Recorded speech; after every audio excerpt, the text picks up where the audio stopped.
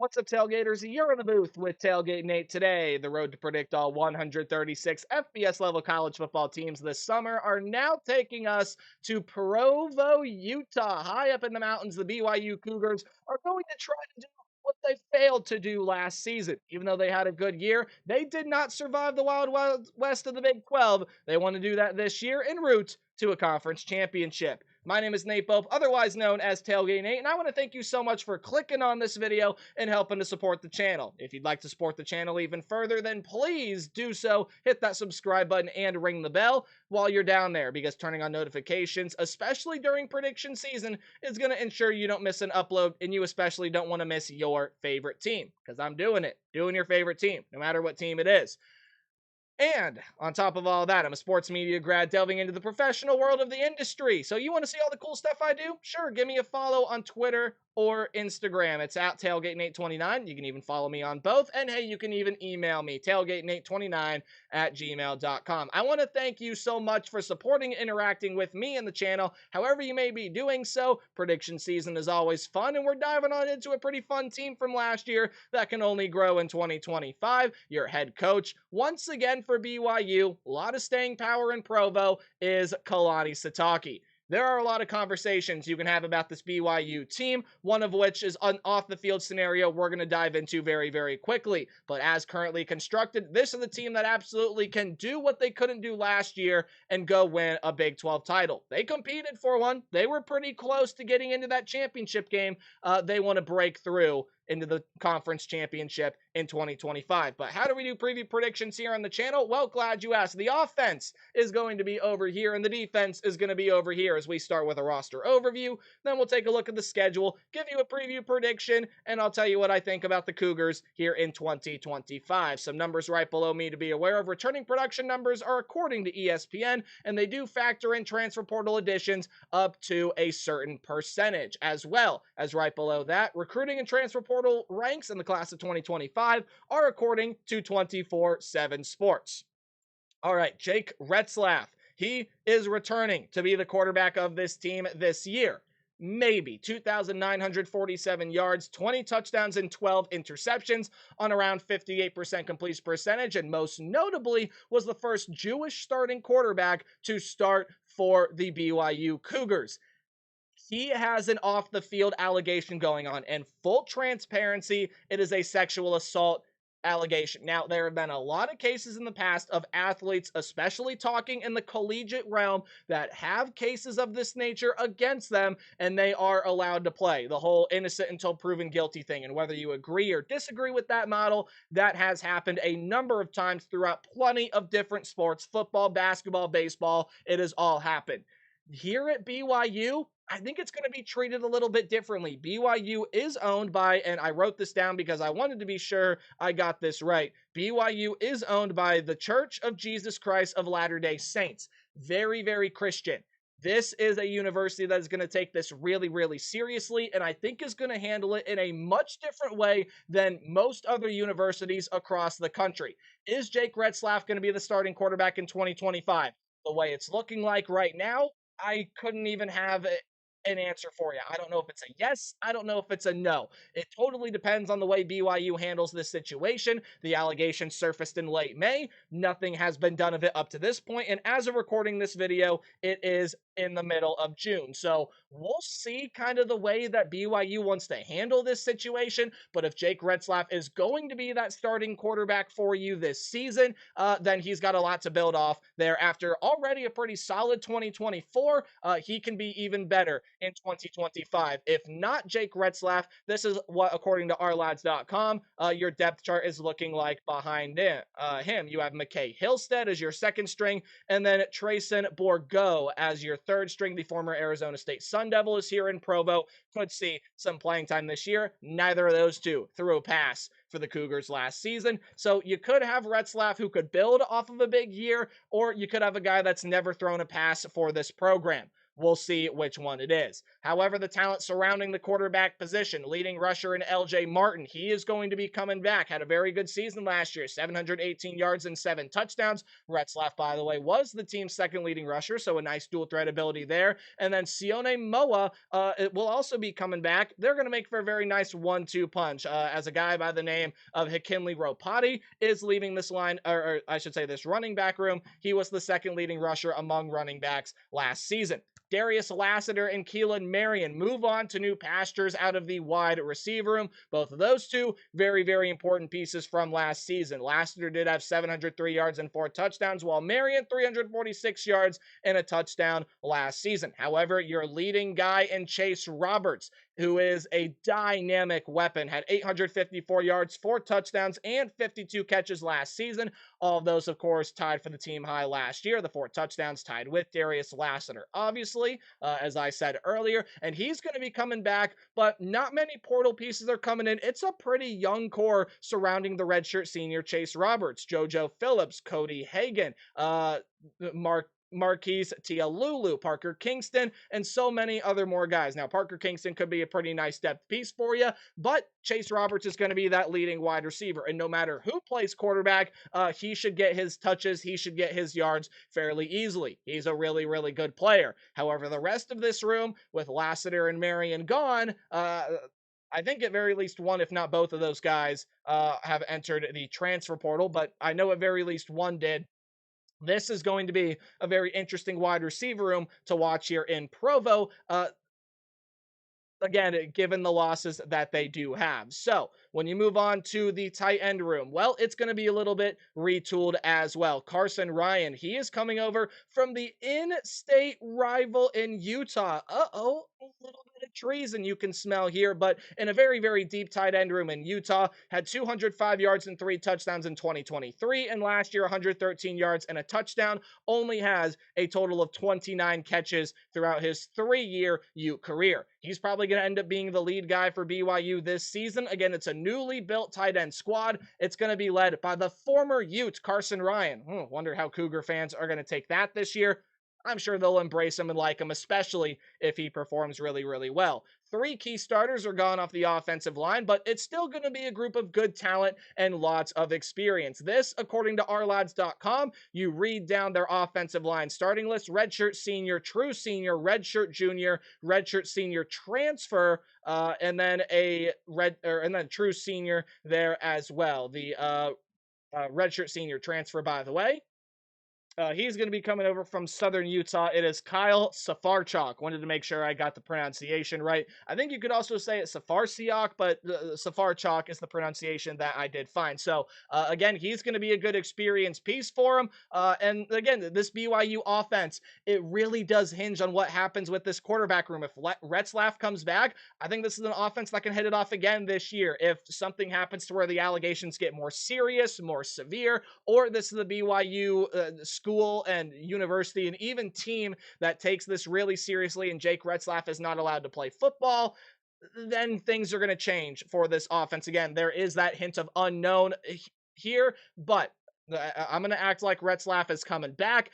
Should be a pretty good offense for you in 2025. Your defensive coordinator is Jay Hill, and sack production has got to improve for BYU this season. You're going to be losing a couple really key defensive linemen, but only 20 sacks of production for this team last season. That has absolutely got to change, but your turnover margin, hey, that can stay really consistent from where it was last year. 22 interceptions and 29 turnovers in general. But 22 picks coming from the secondary, absolutely ridiculous. BYU is going to want to get back to that, obviously, here in 2025. Your stud edge rusher in Tyler Batty is going to be gone. He, again, was one of those guys that had a ton of sacks of production, or I should say had the potential to do so, right? Only a sack and a half, which actually is a lot lower of a total than I thought I was going to see here on my notes, but 59 tackles, a sack and a half for him. Again, he still was that stud edge rusher.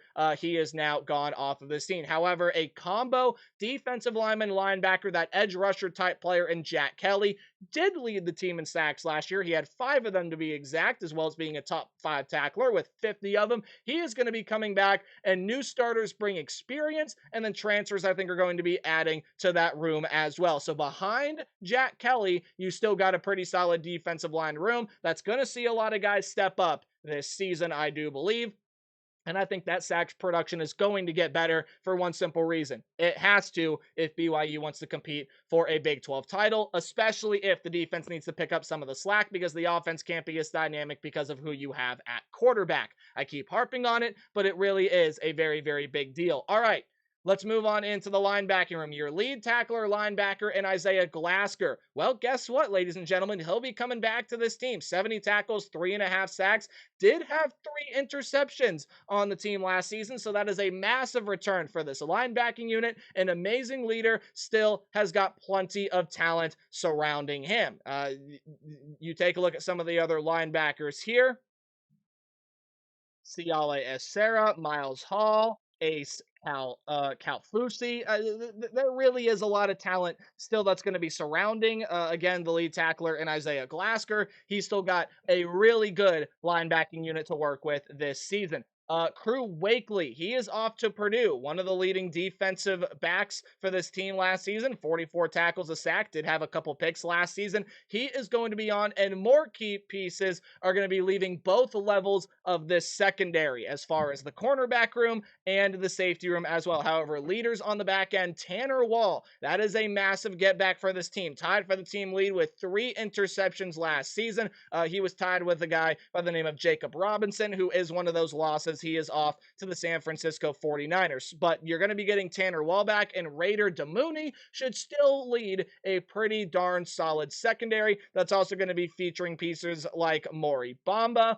You're going to have Evan Johnson stepping up in that cornerback room, and a lot of other pretty solid depth pieces in there as well. Hey, there is no change to your special teams unit because kickers are people too. Got to show them some love. We'll call out some names here. Sam Vander Haar coming back to be the punter, and Will Farron will be back to be your place kicker. Overall, again, this is a very interesting BYU roster to talk about. Defensively, I really don't have a lot of qualms or worries here. Yes, the sack production has got to improve, but if they can stay consistent in terms of forcing a lot of turnovers and generating those takeaways, I think you're going to find that this is a defense that, hey, is still going to end up being really darn good for BYU this season. However, again, the big question is offensively. What is that quarterback position going to look like when you start your season here in late August? Well, we're about to find out, and let's take a look at the schedule here, despite everything that I have said.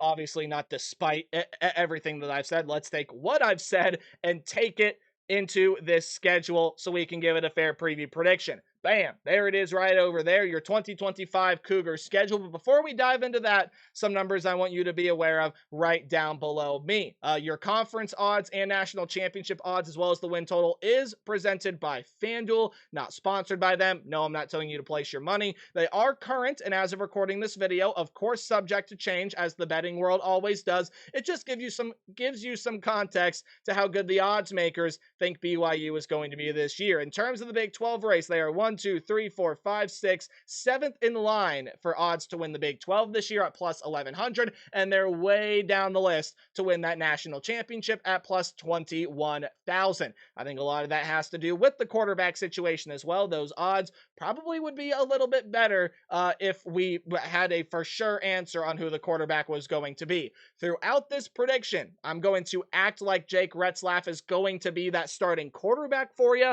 Again, until I hear otherwise, we have to go with the fact of what we know, and that's Jake Retzlaff is coming back. He's first on that depth chart. If he returns, he will be the starter, so that is the way we are going to act as we preview the schedule and give it a good old prediction. BYU should be able to win their first game against Portland State easy, no problems there, but then coming up, you're going to have a Stanford team that I honestly think can be really interesting and even sneaky competitive here in 2025. Now, Stanford is going to be losing a lot, in the wide receiver room. You also do have Elijah Brown that's going to step up and play quarterback for you this season. Again, Stanford, in a lot of ways, was sneaky competitive last season, won a lot more games than I think some people or were initially thinking Stanford was going to win.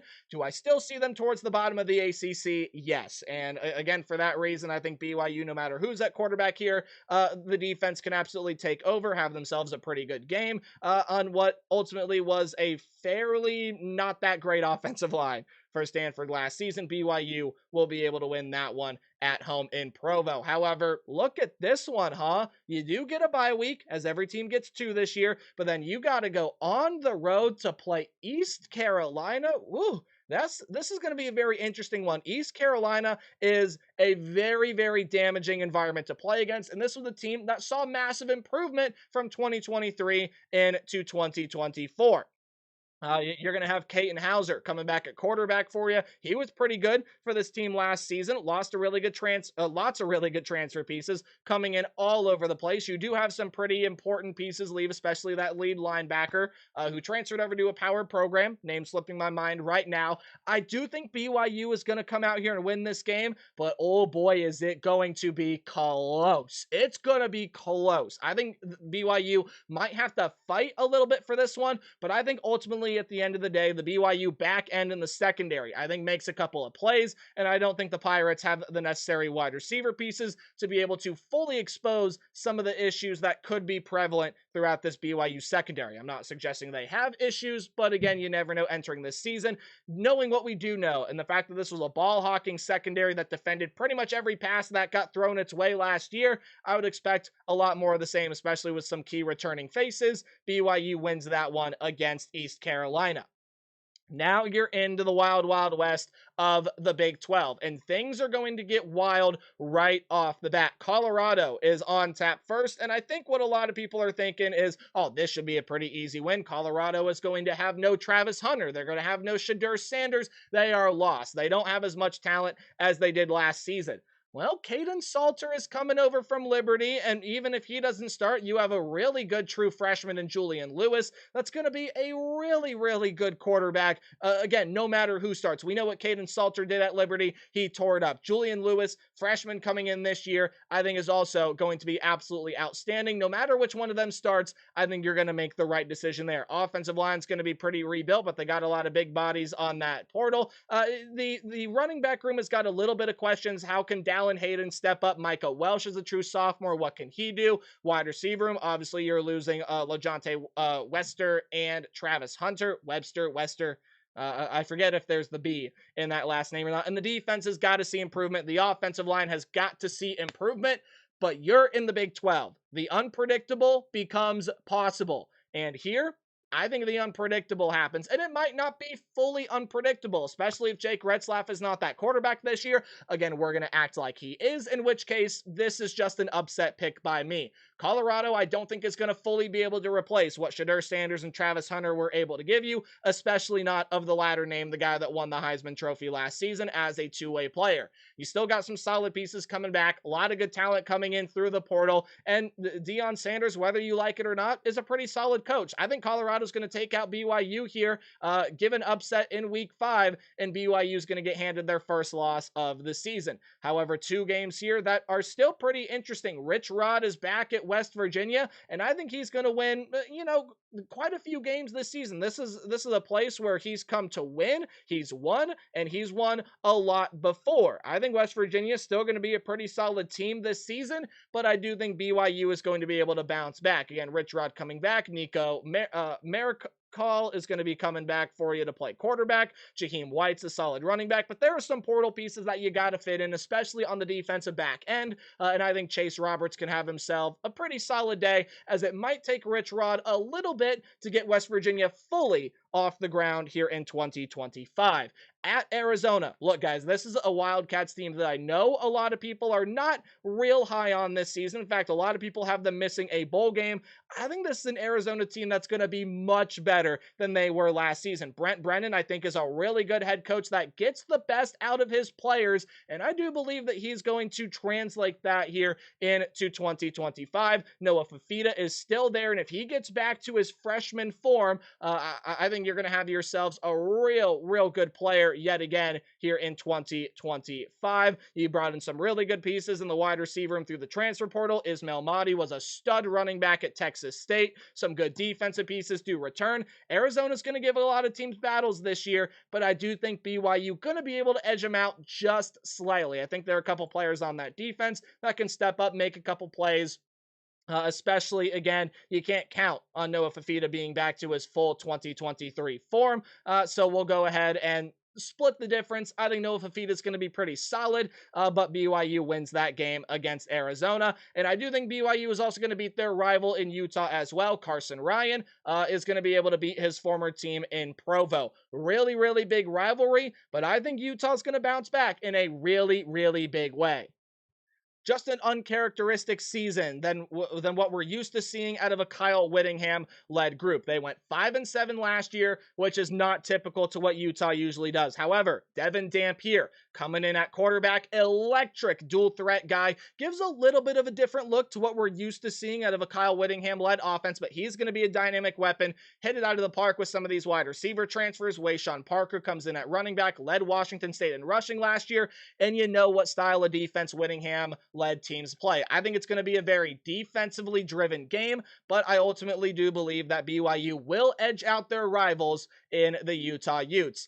Then you get into, again, what has already been a really difficult stretch here. I think you're going to see some of these teams start to catch up with BYU. The first one is going to be the Iowa State Cyclones. Made the Big 12 title game last year, and I love their ability to get back to it this season. A 10-win season last year. Rocco Becht back at quarterback. Carson Hansen back at running back. And sure, they don't have Higgins or Noel in that wide receiver room. Chase Sowell, Daniel Townsend coming back. Daniel Jackson, I think, going to take a nice step this year. And a lot of phenomenal defensive pieces do return for you this season to be able to come back. And I think Iowa State's going to have a really good brand of defense. I think Rocco Becht takes another step in his development, and Iowa State going to win that game there. However, speaking of the next game, I do think Texas Tech is going to beat BYU as well, because the Red Raiders, yeah, they're going to win their fair share of football games this year. One of the best transfer portal classes brought in this season by Joey McGuire. I love him as a head coach, some of those pieces, while you're getting Baron Morton back and Reggie Virgil coming in at wide receiver to pair with Caleb Douglas, Coy Eakin. I think going to be a really good wide receiver room. Quentin Joyner as the running back. I think BYU can have a really hard time slowing him down. Hit it out of the park with these defensive line transfers. And again, I love Joey McGuire as a head coach, especially in that road environment. Even after the bye week, BYU loses that one. You might be at a Big 12 championship running already, or maybe not, knowing the Wild West of the Big 12. I just think the losing skid continues. TCU is also going to be a dangerous team this season. Watch out for Josh Hoover at quarterback. He's going to be a high impact player in the conference, and he's got a pretty solid group of wide receivers to boot. Eric McAllister is joined by a few pieces out of the portal like Jordan Dyer and Joseph Manjack. Trent Battle's a solid running back. A ton of phenomenal pieces on defense return, including Bud Clark, who was on the national championship team in 2022. TCU, watch out for him. They will beat BYU. So it's a 6-4 season so far, but you are going to win your final two games. It could be put up or shut up time for Scott Satterfield, and I just don't see a lot of phenomenal talent on Cincinnati. They could take a nice jump this season potentially, but could also be one of the worst teams in the conference. Someone's got to be, very well could be Cincinnati, and Central Florida is up here. Scott Frost coming back to a place he won before, but that program is in shambles. It could take a little bit before Scott Frost starts winning again, or maybe he doesn't recover from his Nebraska days. A lot of things can happen, but overall, a nice building process at Central Florida is due up for Scott Frost in his second tenure with the program. So I got BYU at 8-4, 5-4 in conference. Again, acting like Jake Retzlaff is a starting quarterback, you're just a victim of everything that happens in the Big 12. But if he isn't the starting quarterback, things get very interesting, and you could have a lot worse of a season than 8-4. That floor could even be a lot lower than 6-6 if Jake Retzlaff is not your starting quarterback this year. A lot of interesting things to watch, but I still think BYU going to have a solid campaign in 2025 despite it all. Let me know your thoughts in the comment section below. Remember to play hard but tailgate harder, and I'll see all you guys in the next video. Goodbye.